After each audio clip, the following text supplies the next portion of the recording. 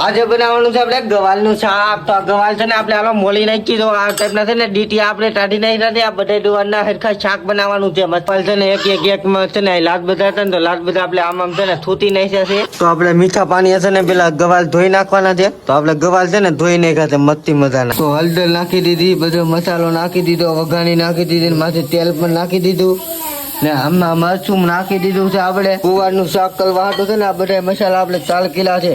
તો આ મસાલામાં આપણે મીઠું ને બેળવેલું મરચું ને એવું બધું નાખેલું છે.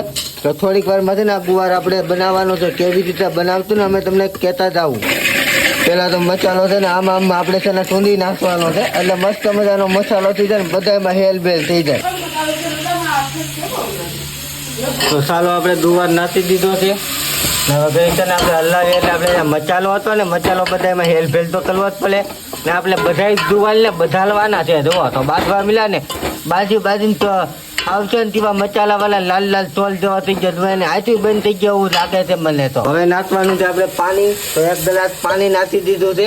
આપણે મરચી લાવી નાખ્યા છે. તો મરચી આપણે ઝીની વાટલી નાખવાની છે. દવાલનું તાત તલવા મેં કીધી દીધું છે. હજી તો છે ને આમાં ચીટી નથી વાગી કે આમાં કુકર હોય ને કુકરમાં ચીટી હોય. આ તપેલામાં કઈ ચીટી ન હોય. તો આપણે દેશી મસાલો વાયતો હતો ને એ પણ આપણે મસાલામાં નાખી દીધો છે. આથું જીરું છે ને આથું જીરું આપણે આ છે ને ગુવારના શાકમાં આથું જીરું નાખી દીધું. જુઓ તો સ્વાદ વાળું તો બનાવવું પડે ને તો આપણને ચાટ થવાની મજા આવે. તો આપણે છે ને આમાં દવાલનું ચાટ બનાવી નાખ્યું છે. આ ટાઈપનો કોલો મોલો આપણે ચાક બનાવ્યું છે. તો હાલો આપણે બપોરા હાટું ટિફિન ભરી લઈએ.